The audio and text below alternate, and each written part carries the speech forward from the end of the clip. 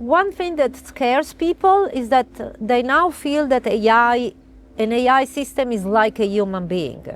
And talking in terms that is human terms for an AI system, so anthropomorphizing AI system is a bit dangerous, because then you really think, oh my God, now AI is like a human being, is like me, so it can replace me.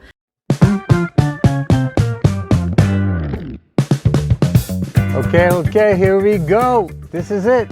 Ladies and gentlemen, I'm so happy to welcome you here to the very first English podcast of Happy by the Sea. We are at the JW Marriott on the beach at the Palais Stéphanie in the heart of Cannes. I am thrilled to welcome Francesca Rossi. Francesca is one of the world's foremost experts in artificial intelligence and ethics. She's the president of the Association for the Advance of Artificial Intelligence, the AAAI, and a distinguished AI ethics global leader at IBM Research. Her work focuses on ensuring that AI systems are not only powerful, but also aligned with human values, fostering a future where humans and machines collaborate responsibly. A researcher at heart, Francesca specializes in AI decision-making fairness and trust, exploring how we can build transparent, ethical, and explainable AI. She's actively working across disciplines, engaging with philosophers, cognitive scientists, and psychologists to address the societal challenges posed by AI and ensure it serves humanity rather than replacing it. She's also chairs the World AI Cannes Festival, the WAICF, making her presence here particularly special today. Francesca, I am so thrilled to have you with us today. Me too, thanks for having me. I can't wait to dive into those questions because obviously we see it today. AI is taking over. AI is immersing itself into in every corner. Tell me, should I be scared about AI? Well, I think that there is a shared responsibility of everybody, those who build the AI systems, those who regulate it, and those also all of us who are using it, to use it in the best way, in a way that is positive for individuals, for societal structures, but also for the environment. So by saying that there is a shared responsibility, it means that it's up to all of us to decide what to do with AI. First of all, AI has not arrived like a few years ago. AI has been with us for many, many years. We have all using it, AI, in many digital services that we use. But until recently, it was kind of hidden in these services. Like whenever we use a credit card, there is an AI system that makes an estimate of whether that transaction is fraudulent. And if it thinks it's fraudulent, then it will alert the bank, who will call us. Somebody will call us and say, I think that transaction is fraudulent. Can you check? And so this is just one example, but every time we do a web search or every time we see an email going to the spam folder, this is all based on AI algorithms. It's just that we were not seeing a direct approach to AI, but we were just using services powered and supported by AI. Now, recently, especially with the large language models, that the first one being published and available to everybody like about 2 years ago, now people can directly interact with an AI system, so they can see what an AI system is able to do. Especially these systems are called using techniques called generative AI, so they can generate images or videos or text very similar to how a human being would generate this text. And so humans can, everybody, not just experts in AI, can communicate with this AI system. So there is much more the perception now that AI is here with us and can help us, but it can also scare us, especially if we are not aware of its capabilities, limitations, and risks, and how to control them. Francesca, I'm sorry, I have to put my sunglasses. The sun is a bit harsh. Of course. So here we go. So you're here today at the WAI festival, I guess we need to start thinking about what's happening. So what is happening today in Cannes? What are people talking about? Well, first of all, in this World AI Cannes Festival, the main focus of this event is the ability of companies of any size using AI or generating and producing AI to meet, to network, to exchange ideas, to compare their relative solutions. And so if you go there, you'll see these huge exhibition booths where all these companies, from very small and young startups to very large company like IBM, the company where I work, very large and old, one of the oldest companies in AI, that really get together and help each other understand what is best to do with AI. So that you can see really a great energy and enthusiasm from these people, many of them very young, to use AI really to, yes, make profit, because a company, that's what it does, but in a way that I think is sustainable for society, for the environment, for people. So, and then on top of this networking of all the companies, of course, there are some sessions where you have more conceptual reflections about the impact of AI on people and society. And this is a nice complement to the various parts of this event. When I think about AI and me as a human being, right? Because that's the one thing I think a lot of people are afraid of, is if a world is being controlled by the AI, that also means robots. That means that all of a sudden the humans are being put on the side bench. And that we're almost like the annoying thing on the way for AI to flourish. There's a little bit of that sensation that I feel with a lot of people that are being pulled in two different directions. One, we want to connect back to who we are, humans, nature, walks in the park, go hiking for a long time. In the meantime, there's that digital pull on the other side that's pulling us harshly in that direction. So the main question that I have for you is, do you think an AI-driven world is compatible with humans and with sanity, with being okay with what's happening? I think it can be. It can be. That means that not necessarily it is compatible and not necessarily it is incompatible. It is up to us, really, to make it compatible. I think it can be, and actually AI can really help us being more human and being more into nature, into being more happy by the sea, as your podcast said, which is very, very, good for me, and because the sea is my happy place. So it's where I'm most happy with nature, with looking at the sea and looking at this very long horizon, very far away, opens the mind. For sure. And so to me, it can be compatible, and AI can even help making it more compatible. But as I said, it's up to us. And when I say us, I don't mean the companies only or the governments only, but also all of us, that we need to understand what AI can do for us and use it in the best way. So it can enhance our creativity, or it can replace us and we become less creative. It can help us even the students. It can help students in their learning process and in becoming more responsible adults and part of society, or they can use it to replace and bypass the learning process, which would be very detrimental to their growth as But do you think beings. this is where we're going? Because you and I were born in a place where there weren't even phones. Yeah. And now the new generations that are coming will be born in a place where you click of a button and it creates art, it creates music, it creates films. So that's a little bit where the creativity may lose itself. Maybe it would shift in something different. But you work at IBM, you're very specialized in ethics. What does that mean, ethics and AI? What's the reflection behind that? Yeah, well, ethics in AI is not just a philosophical, discussion. It's very concrete inside the company that builds AI systems.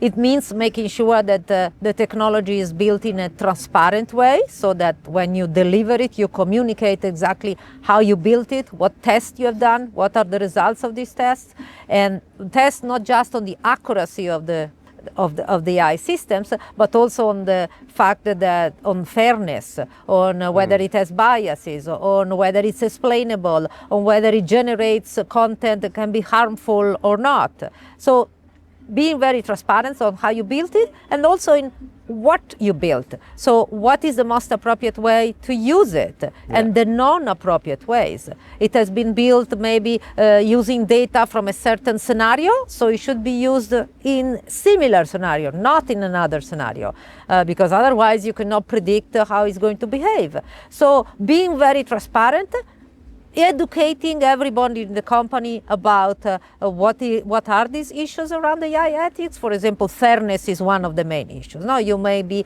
concerned that the technology makes decisions or gives you recommendations to make decisions that create discrimination, because this discrimination bias is hidden in the training data.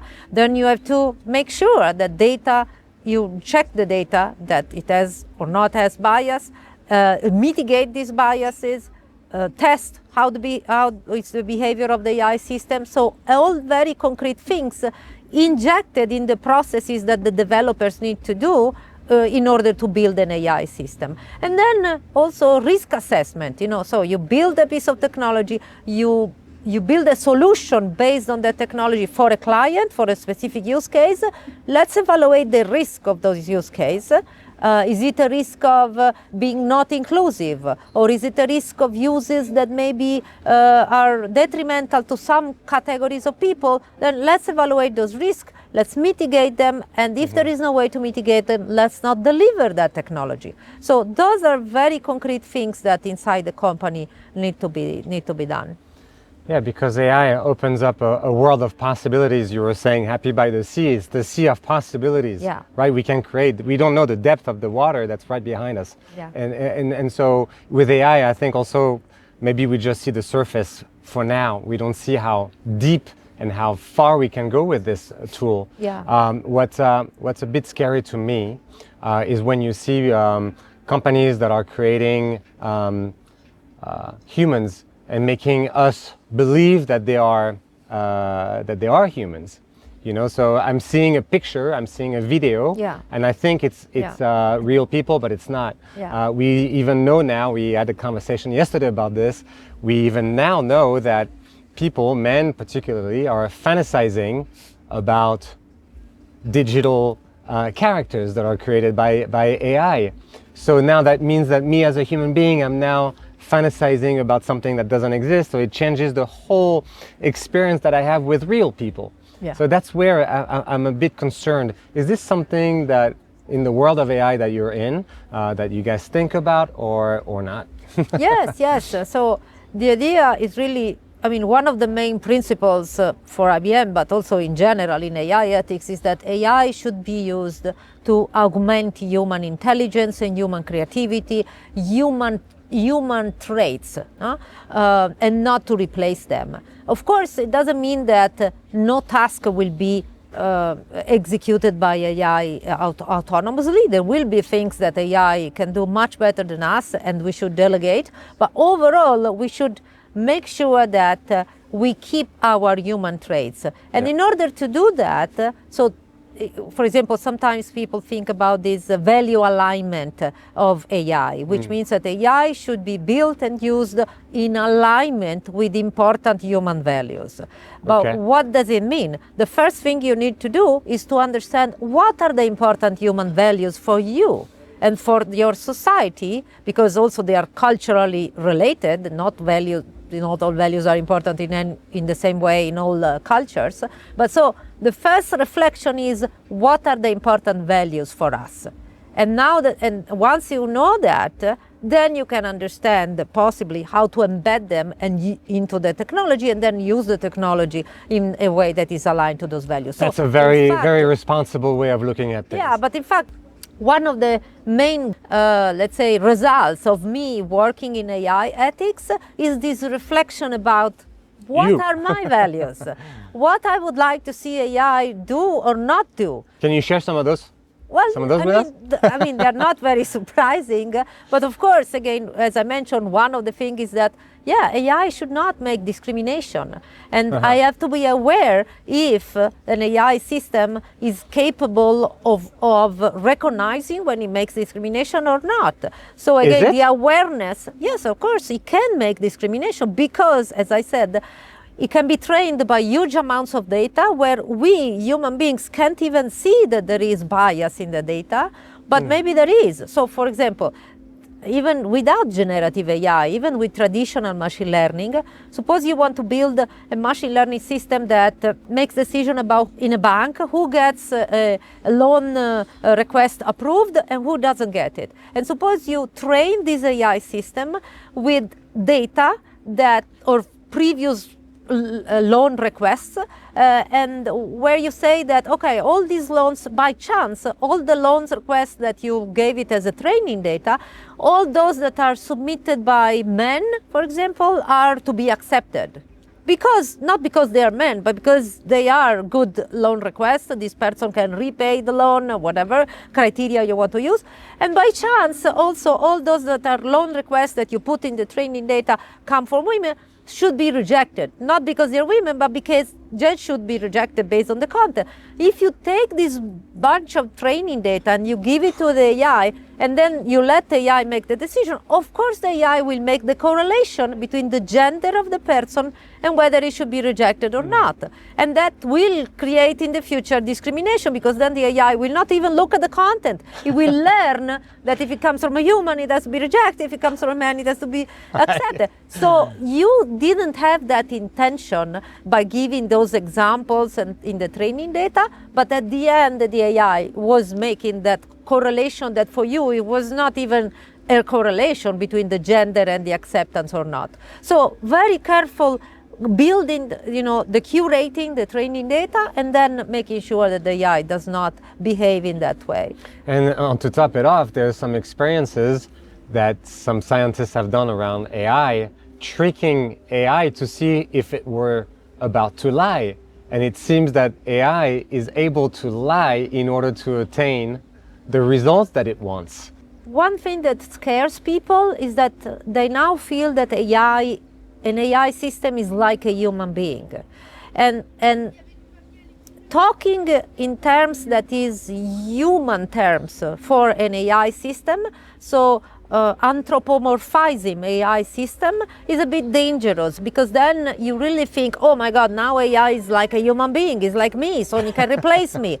So for example, saying that AI can lie, yes, AI can generate text that if you read it and it has been produced by a person, it seems like that person is lying to you. But AI is not lying. AI, generative AI, it's generating one word at a time. That's how it was trained, to generate one word after another one, given all the words that have been written before. No? So, and which words does it generate? It generates the word that, according to its own training process, is the most probable to be following those that have been written. And since we have a lot of this lying and deception behavior in the training data generated by human beings, then AI picks up this text and generates a similar text in responding to you. So it's not that the AI is lying. The AI is following the way it was built to generate the most probable word, one after another one. And by doing that and picking up from the data that we generated, it can appear as if he's lying, but the lying is still a human thing, because when you say that somebody is lying, it means that that person knows the truth and is telling you something else. But AI doesn't know the truth. AI generates that text because that text, one word after the other one, is the most probable one. So even recognizing that AI is generating something because of the way it was built and not because in some way it has been built knowing what is true and then is telling you the opposite because he wants to deceive you. That's nothing like that in AI, but people should be aware of that. Otherwise, of course, people are scared. Say, oh my God, AI is deceiving me. He wants to manipulate me, and lie to me. So you were saying before that you can have, when you're building AI, you have your personality, even your nationality that influences the way you build your system. So obviously you are Italian. You grew up and worked a long time in Italy, and then you moved to first Boston and then New York. There is something very interesting that we talked about in your experience at Harvard. Yeah. With the different people from different backgrounds. Can you explain that? Yeah. So that was a sabbatical year that I took, and it was just before that sabbatical year I was in academia for more than 25 years, and then after that I joined IBM, and from Europe to the States. And in that academic year, I was at the Radcliffe Institute at Harvard, and this is a very exceptional place. So this is a place where every year they accept the applications of about 50 fellows, about half men and half women, and these fellows cover all the disciplines, all the sciences, so I was the only computer scientist in that year, all the humanities and all the arts. So there were people writing poems, people making movies, people looking for planets similar to Earth, and then people covering all the other sciences. And then the staff of this institute forces these 50 very different people to work together, to spend time together, to talk to each other. And of course, coming from 20 plus years of only talking to AI researchers, it was kind of difficult at first to be even understood and to understand these other people. They were talking a different language, English, but still language that we would not understand. So it was an effort, really a crash course in multidisciplinarity, because these people were not interested in my technical advancement of AI, but were interested in the big picture question. What do you want to do with this work on AI? How is AI going to impact the world? These were already, we were not really into, right now, that we were so mature in understanding AI ethics issues. It was 2014, 15, so where people were really starting to ask these questions. And that experience with people that were so different from me really made me not only, continue being a researcher and advancing AI, but even being very interested in understanding the impact, the societal impact and the societal value of this technology. I love this because this is exactly what we're trying to do with Happy by the Sea. It's like we're talking to people with, very various backgrounds, trying to understand how we can, work together, right? Some scientists call the Village Project. World is so small. When you zoom out, you realize how small Earth is really, and we're all in the same boat, on the same rock, traveling through space. And so we're trying to figure out, as the world is evolving, as technology is invading our world, and how to work together versus trying to go against each other at all times. Color of the skin doesn't matter. Men, women, let's work together to have a better life, to be happy, to have an inner peace in a way. And so I love this. And one thing also that I thought was fascinating is the fact that now AI has maybe gone to a certain level where we have a huge platform that we can build from. Can you elaborate on this? So with the ChatGPT and all the other platforms that we may have. So now the latest wave of AI is generative AI, which large language models like the one that are embedded in chatbots like ChatGPT are large language models. So models of the human natural language, the language that we use to communicate with each other. And as I said, they're trained with whatever humans have generated over the web with our language. So we describe our experiences, we describe our knowledge with language, and then we use that language, that text, to train these large language models that then we can interact with using these chatbots. And in a first phase, I think that many companies tried to generate their own large language model. There are many. IBM has generated their large language model, but also many other companies. And of course, it took a huge amount of effort, resources, money, because it takes a lot of very powerful computers to train for many months these large language models, because you have to train on huge amount of text. Otherwise, you don't have that fluency in generating text that you have with large language models. And now in the second phase, I think companies have realized, and not just companies, even universities, because now the kind of resources that are needed to build on top of the existing large language models is much less. So you can use the existing large language models to have what? Robots that are gonna serve us coffee?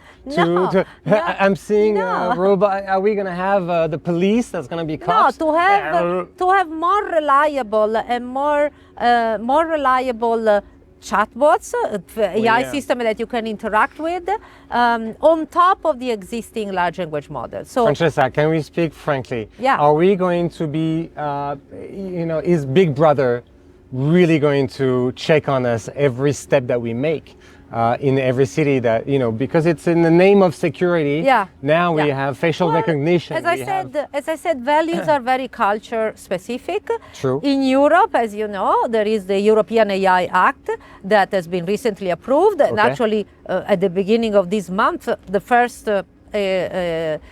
part of the European AI Act came into, not only approved, but in effect. And the first part that came into effect is exactly what uses of AI have an unacceptable risk for Europe and are prohibited. And one of them is exactly the surveillance part. So it is not allowed in Europe to use AI to have cameras at every corner and surveil with collecting biometric information from everybody that passes by and recognize people wherever they are in the public space. This is not the same. In the US, is it allowed, or? Yeah, in Europe it's forbidden. In the US there is no comprehensive law like the European AI Act, and in other parts of the world it is part of the culture that this, as you say, security of the community is more important in some cultures than individual privacy. This is not the case in Europe. In Europe, individual privacy is more important. You cannot just walk in every place and be surveilled.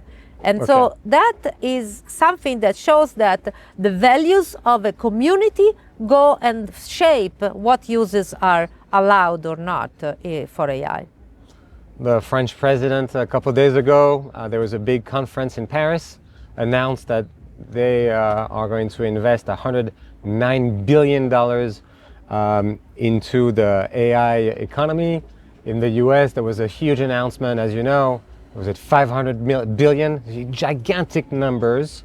So it's a little bit of that thing that's a bit hard to look into, because you have people that are needing money, and you have hospitals that need more doctors and more nurses and so on and so forth. Yet we're investing massive amount of money into AI. So what's your... Yeah, but that investment into AI can also facilitate the use of AI for helping these communities. So for helping in healthcare, accelerating and simplifying what doctors need to do, giving them more time to spend quality time with the patient, rather than looking at the details of an X-ray to discover whether it has cancer or not. So giving doctors support for a better diagnosis, deciding for a better therapy for a patient, while allowing the doctor to focus on the human part of the relationship with the patient. So